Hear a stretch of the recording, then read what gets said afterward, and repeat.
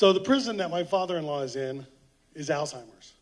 And when you think about retirement, that's really the worst case. So when the time came to move him, I decided to use my skills in user experience to make the experience for him as good as possible. This is him in January of 2000. He's with my wife in his living room. And you can see there's books. The house is filled with thousands and thousands of books. It's filled with artwork. It has big windows everywhere. It's a wonderful, pleasant place. He's been renovating and remodeling it since he moved in 40 years ago.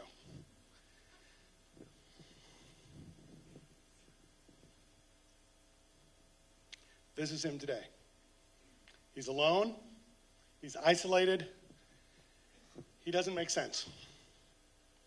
And we knew we had to move him. We knew we had no choice.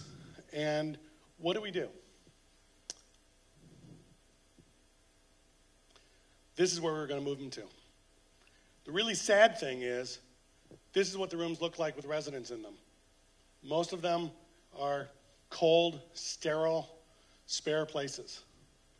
So to figure out what to do, well, we just ask. We ask questions. But here's someone who is completely incapable of explaining what he needs.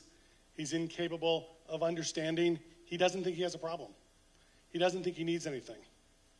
So the normal process would be we would build and we'd iterate and stuff, but we can't do that here. We're moving him. This is the date we're moving him. There's no going back. He's got to be there. And so we had to make it right. So what I had to do was I had to be him. I had to think, okay, what does it mean to not remember anything? What does it mean to not know where I am, to not remember people, to not understand sort of obvious things like what a phone is? And these are the things I came up with. Familiarity when he's in the room, so it feels like he belongs there.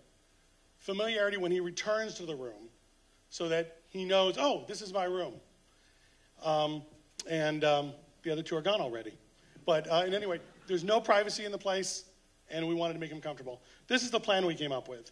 The couch placement was controversial because it blocks the door. But it increases privacy, and it faces the window. So these were the sort of things I was trying to go through. This is the plan I made for the carpenter. And you can see, this is, as a spec goes, this is pretty simple. But it was enough for the carpenter to replicate something that looked like his house. So that when he'd walk in, he'd say, hey, I'm home. And this is art from his house. These are books from his house. The only thing that's new is the television, which wasn't in his house because we couldn't have fit the TV that he had. We learned that this is very rarely done. Basically, no one does it. They went and everyone wanted to see it, and they're new people they're showing the room to. Here, this is an anchor picture. The idea behind this big picture is he walks to the room. It's big, it's huge. He loves the piece. He recognizes the room. One of the ways that we know this is successful is that he does feel comfortable in the room. And that's the best we could ask for. He feels as comfortable in this room as he did in his house. And sometimes more, sometimes less. So recognizing Alzheimer's is something that everyone in this room, you're going to have to be thinking about it.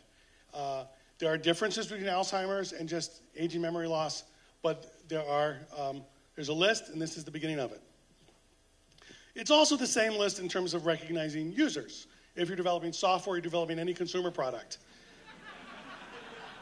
Think of your users as if they have Alzheimer's or ADD. They do not understand your product. They will not remember what you told them a moment ago. You have to put yourself in their mind as if you're them, confused, with no memory.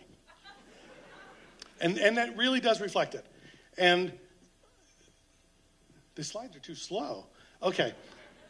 So as much as possible, you want to put yourself in their shoes. This is longer than 15 seconds, isn't it? Okay. In any event, sorry. So if you need resources in Alzheimer's, there's a number of great websites. They've got resources for how you can recognize it, what you can do if you do recognize it, the difference between different types of memory losses. If you need help with users instead, there are also some great resources. I'm one of them. One thing I offer is I have free user experience consulting once a month. And mostly it's startup companies that come, but occasionally it is established companies that come and ask questions. And I'm happy to help you if you want. Thanks.